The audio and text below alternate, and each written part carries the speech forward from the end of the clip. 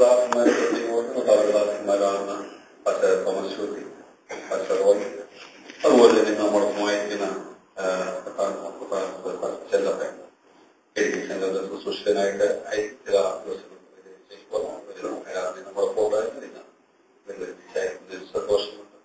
മറ്റ് കടന്നു വന്നിരിക്കുന്ന പ്രിയപ്പെട്ട സഹോദരങ്ങൾ സഹോദരന്മാർക്ക് ഓർക്കപ്പെട്ടു. ഇന്ന് ഈ ആരാധനയിൽ പുതുതായി കടന്നു വന്നിട്ടുള്ള പ്രിയപ്പെട്ടവരെ സ്വാഗതം ചെയ്യുന്നതോടൊപ്പം യേശു എന്ന പേരിൽ ആദ്യമായി ഈ ആരാധന വന്നിട്ടുള്ള പ്രിയപ്പെട്ടവരെയും ഈ സത്യത്തിൽ സ്വാഗതം ചെയ്യുന്നത് സാധാരണമായ ജീവിതത്തിൽ വളരെ പരിചയമുള്ള ഒരു വേദഭാഗമാണ് നാം വായിക്കുന്നത്.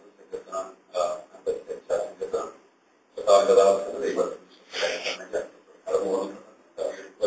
ഞാൻ ആഗ്രഹിക്കുന്നതാണ് നമുക്ക് പലപ്പോഴും വായിച്ച് ആശ്വസിക്കുന്ന ഒരു ഭാഗം, ഒരു വേദവാക്യം വായിച്ച ശരീരത്തിൽ 22-ാം വാക്യം ഒരു പ്രാവശ്യം വായിക്കും. എന്റെ ഭാരം യഹോവയുടെ മേൽ വെച്ചുകൊള്ളുക, അവൻ തന്നെ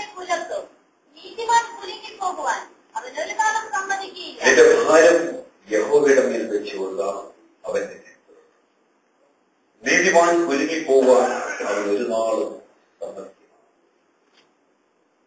നമുക്കറിയാം, ഭക്തനായ ദാവീദിന്റെ ജീവിതത്തിൽ വഹിക്കുവാൻ കഴിയാത്ത വലിയ പരിശോധനയെ അഭിമുഖീകരിക്കേണ്ട ഒരു സമയം തന്റെ ജീവിതത്തിൽ ഉണ്ടാകും. തന്റെ ജീവിതത്തിൽ ഉയർന്ന നിലവിളിയോടുകൂടെ പോയ ഒരു കാലം.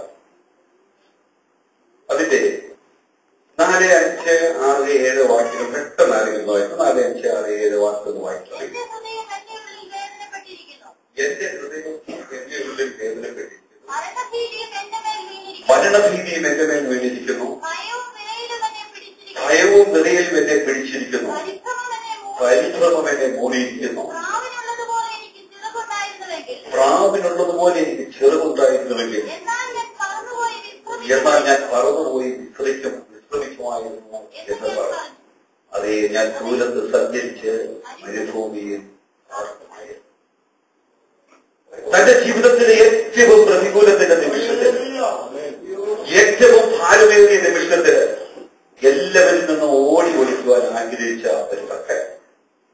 മാനുഷികമായ കണക്കുകൂട്ടലുകളിൽ തനിക്ക് തോന്നി ഇത്രമാത്രം വലിയ പ്രതിസന്ധിയെ നേരിടുമ്പോൾ തന്നെ എതിർക്കുന്നത് ശത്രുക്കൾ മാത്രമല്ല, തന്റെ സ്നേഹിതർ പോലും തന്നെ എതിർക്കുന്നു. അതിന്റെ മുമ്പിൽ പിടിച്ചു നിൽക്കുവാൻ കഴിയാതെ ആ ഭക്തൻ പറയുന്നത്, എനിക്ക് പ്രാവിനെ പോലെ ചിറകുണ്ടായിരുന്നുവെങ്കിൽ ഞാൻ പറന്നുപോയി വിശ്രമിക്കുമായിരുന്നു. എനിക്കങ്ങനെ പറക്കുവാൻ ഒരു കഴിവുണ്ടായിരുന്നുവെങ്കിൽ ഞാൻ പറന്നുപോയി വിശ്രമിക്കുമായിരുന്നു. അതേ, ഞാൻ ദൂരത്ത് സഞ്ചരിച്ച് മരുഭൂമിയിൽ പാർക്കുവാൻ ഏകാന്തത ഇഷ്ടപ്പെട്ട ഭക്തനായ വ്യക്തി. നമ്മുടെ ജീവിതത്തിൽ പലപ്പോഴും പലവിധ വിഷയങ്ങൾ ജീവിതത്തിൽ കടന്നു വരുമ്പോൾ പിടിച്ചു നിൽക്കുവാൻ കഴിയാത്ത അവസ്ഥയിൽ കൂടെ നാം കടന്നു പോകുമ്പോൾ മറ്റുള്ളവരിൽ നിന്ന് മാറി വ്യത്യസ്ത അനുഭവത്തോടെ ഏകാന്ത ജീവിതം ആഗ്രഹിച്ച പലരും ഒരു വ്യക്തിയുണ്ട്. ഭക്തനായ ദാവീദിന്റെ ജീവിതത്തിലും അപ്രകാരം സംഭവിച്ചു. തന്റെ ജീവിതത്തിൽ സകലത്തിനെതിരായി കടന്നു വന്നപ്പോൾ, അനേക എതിർപ്പുകൾ തന്റെ ജീവിതത്തിൽ കടന്നു വന്നപ്പോൾ എല്ലാത്തിൽ നിന്നും അകന്ന് ജീവിപ്പാൻ തന്നെ ആഗ്രഹിച്ചു. അങ്ങനെയെങ്കിലും തനിക്കൊരു ആശ്വാസം ലഭിക്കുമോ എന്നുള്ള ചിന്ത തന്നെ ഭരിച്ചു. അതൊരു കാര്യം ദാവീദിന് അവസാന ഭാഗത്തേക്ക് വരുമ്പോൾ ഒരു കാര്യം മനസ്സിലായി. ഇല്ല, എനിക്കങ്ങനെ രക്ഷഭാഗത്ത് എനിക്കൊരു പക്ഷേ പ്രാവിനെ പോലെ ചിറകുണ്ടെങ്കിലും ഞാൻ മരുഭൂമിയിൽ പോയി ഇരിക്കുന്നുവെങ്കിലും എന്റെ ഭാരത്തിന് വിടുതൽ അങ്ങനെ ലഭിക്കുകയില്ല. ഇന്ന് ഞാൻ അനുഭവിക്കുന്ന കഷ്ടതയ്ക്ക് അപ്രകാരം ഒരു വിടുതൽ ലഭിക്കുവാൻ കഴിയുകയില്ല. അതിന് ഒരേ ഒരു മാർഗം മാത്രമേ ഉള്ളൂ. 16-17 വാക്യം വായിക്കണം. 16-17 വാക്യം. ദാവീദിന്റെ ജീവിതത്തിൽ ദാവീദിന് ഒരു കാര്യം മനസ്സിലായി. മാനുഷികമായിട്ടുള്ള എന്റെ കഴിവുകൊണ്ട്, എന്റെ ജീവിതത്തിലെ പ്രയത്നം കൊണ്ട് എന്റെ ഈ പ്രതികൂല അവസ്ഥയിൽ നിന്ന് അതിനൊരു വിടുതൽ ലഭിക്കുകയില്ല. ഞാൻ ഒരു കാര്യം ചെയ്യുവാൻ പോവുകയാണ്. ഞാനോ ദൈവത്തെ വിളിച്ചപേക്ഷിക്കും. എന്റെ ദൈവം എന്നെ രക്ഷിക്കും. ഞാൻ വൈകുന്നേരത്ത് കാലത്ത് ഉച്ചയ്ക്കും സങ്കടം ബോധിപ്പിച്ച് കരയും. അവരെന്റെ പ്രാർത്ഥന കേൾക്കും. ദാവീദിനൊരു കാര്യം പൂർണ്ണമായി മനസ്സിലായി. സ്വന്തം കഴിവ് കൊണ്ട് എനിക്ക് ഇതിൽ നിന്ന് രക്ഷ പ്രാപിപ്പാൻ കഴിയില്ല. ഞാൻ എന്റെ ദൈവസന്നിധിയിലേക്ക് കടന്നു ചെന്ന കാലത്ത് ഉച്ചയ്ക്കും വൈകുന്നേരം ദൈവത്തോട് നിലവിളിക്കുമ്പോ, സ്വർഗത്തിലേക്ക് നോക്കി ഞാൻ നിലവിളിക്കുമ്പോ, സങ്കടം ബോധിപ്പിച്ച് കഴിയുമ്പോൾ എന്റെ പ്രാർത്ഥന കേൾക്കുന്ന ഒരു നല്ല ദൈവത്തെയാണ് ഞാൻ സേവിക്കുന്നത്. ലോകത്തിൽ മുഴുവനും എനിക്ക് എതിരായി കടന്നു വരട്ടെ, സകലതും എനിക്ക് പ്രതികൂലമായി തീരട്ടെ, ആ പ്രതികൂലത്തിന് മുമ്പിൽ ഞാൻ സ്വർഗത്തിലേക്ക് നോക്കി നിലവിളിക്കുമ്പോ എന്റെ പ്രാർത്ഥന കേട്ട് പ്രാർത്ഥനയ്ക്ക് മറുപടി തരുന്ന ഒരു നല്ല ദൈവത്തെയാണ് ഞാൻ സേവിക്കുന്നതെന്ന് ദാവീദിന്റെ ജീവിതത്തിൽ മനസ്സിലായി. ദാവീദിനൊരു കാര്യം മനസ്സിലായി. പ്രാർത്ഥനയുടെ സമയത്ത് രാവിലെയും ഉച്ചയ്ക്കും വൈകുന്നേരത്ത് ദൈവത്തെ നോക്കി സ്വർഗത്തിലേക്ക് നോക്കി നിലവിളിച്ചപ്പോൾ ഒരു ദൈവശബ്ദം ദാവീദ് കേട്ടത് മറ്റൊന്നുമല്ല. ദാവീദേ, നിന്റെ ഭാരം എന്റെ മേൽ വെച്ചുകൊള്ളുക. നിന്റെ ഭാരം ഇന്ന് രാത്രി ദൈവസ്ഥലിലേക്ക് കടന്നു വന്നിരിക്കുന്ന ഭാരത്തോടെ ആയിരിക്കുന്ന പ്രിയ സഹോദര, നിന്റെ ജീവിതത്തിൽ കണ്ണുനീരിന്റെ അവസ്ഥയിൽ കൂടെ കടന്നു പോകുന്നു എങ്കിൽ ഭാരം ഇറക്കി വെക്കുവാൻ നിനക്കൊരു സ്ഥലമില്ല എന്ന് നീ ചിന്തിക്കുന്നുവെങ്കിൽ ഇന്ന് രാത്രി നീ കേൾക്കുന്ന ദൈവശബ്ദം മറ്റൊന്നുമല്ല. നിന്റെ ഭാരം യഹോവയുടെ മേൽ വെച്ചുകൊള്ളുക. അവൻ നിന്നെ പുലർത്തും. നീതിമാൻ കുലുങ്ങിപ്പോവാൻ അവൻ സമ്മതിക്കുകയില്ല. നിന്റെ ജീവിതത്തിൽ ശത്രു നിന്നെ കുലുക്കുവാൻ ശ്രമിക്കുമ്പോൾ നീ കുലുക്കുവാൻ ഞാൻ സമ്മതിക്കുകയില്ല. നിന്റെ ഭാരം യഹോവയുടെ മേൽ വെച്ചു. ഞാൻ ഓർമ്മിക്കട്ടെ, നമുക്കൊക്കെ അറിയാവുന്ന ഒരു കഥ ഞാൻ കേട്ടിട്ടുണ്ട്. ഞാൻ പ്രകാരം ഓർക്കുകയായിരുന്നു. ഒരിക്കലെ ഒരു സായിപ്പ് പഴയ കാലത്താണ് ഒരു കുതിരവണ്ടിയിൽ ഇങ്ങനെ പോയിക്കൊണ്ടിരിക്കുക, വിജനമായ ഒരു സ്ഥലത്തൂടെ പോയിക്കൊണ്ടിരിക്കുക. അങ്ങനെ പോയിക്കൊണ്ടിരിക്കുമ്പോൾ ഒരു പാവപ്പെട്ട ഒരു അപ്പച്ചൻ, ഒരു പ്രായമുള്ളവരെ എടുക്കുവാൻ കഴിയാത്ത ഒരു ചുമട് എടുത്തുകൊണ്ട് നടന്നു നീങ്ങുക.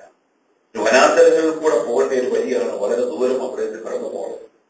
ഈ വ്യക്തിയെ കണ്ടു കഴിഞ്ഞപ്പോൾ എടുക്കുവാൻ കഴിയാത്ത വലിയ ഭാരവുമായി ചുമന്നു പോകുന്നത് കണ്ടിപ്പോൾ പെട്ടെന്ന് ഈ ചായക്കാലത്തെ ഈ അച്ഛന് സന്തോഷത്തോടെ പെട്ടെന്ന് ഞാൻ പറ്റി ചുവടുമായി അച്ഛനോട് പറഞ്ഞു, ചുവടുമായിട്ട് വണ്ടിയിൽ തിരിച്ചോളാൻ പറഞ്ഞു.